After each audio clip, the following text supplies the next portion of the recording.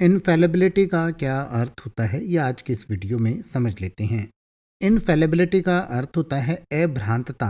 अभ्रांतता का क्या मतलब होता है पहले ये मैं आपको समझा देता हूँ। भ्रांतता का मतलब होता है कि जो कोई किसी भ्रम में पड़ जाए या किसी चीज़ से घबरा जाए या किसी चीज़ से विफल हो जाए, तो किसी में अगर कोई ऐसा गुण होता है जिसकी वजह से वो भ्रांत नहीं होता, यानी कि कोई भी ऐसी चीज़ होती है जो कभी फेल नहीं होती या अपने पथ से भ्रष्ट नहीं होती या भ्रम में नहीं पड़ती। भ्रम में पड़ने का मतलब है, मान लीजिए आपको जाना था कहीं और आप किसी और ही काम में लग जाते हैं, तो वो आप एक तरीके से भ्रांत हो गए, यानी कि आप उस चीज़ से चूक गए।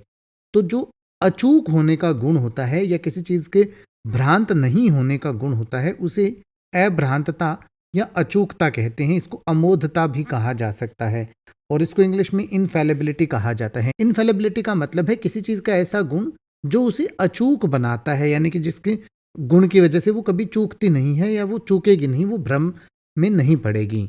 या गलत होने में असमर्थता, यानी कि वो गलत हो ही नहीं सकती, कोई ऐसी चीज़ होती है तो उसके उस गुण को इनफैलिबिलिटी कहते हैं। जैसे कि अगर आप ये कहना चाहें कि कोई भी अचूकता का दावा नहीं कर सकता, यानी कि कोई भी इस चीज़ का दावा नहीं कर सकता कि वो कभी किसी चीज़ में असफल नहीं होगा या किसी चीज़ से चूकेगा नहीं, तो आप कहेंगे no one can claim इनफैलिबिलिटी। No one can claim इनफैलिबिलिटी।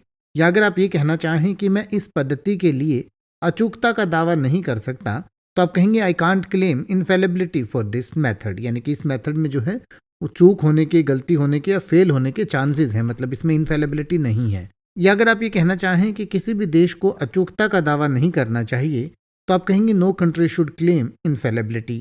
No country should claim इनफैलिबिलिटी। अब आप ऐसे ही किसी भी वर्ड का मतलब हिंदी और इंग्लिश में यूट्यूब पर सर्च कर सकते हैं, आपको मेरी वीडियो मिल जाएगी जिसमें आप बिना किसी फालतू बकवास के सीधा उस वर्ड का मतलब समझ पाएंगे। तो ऐसी ही वीडियोस को देखते रहने के लिए चैनल को सब्सक्राइब करें और बेल आइकन को प्रेस करें।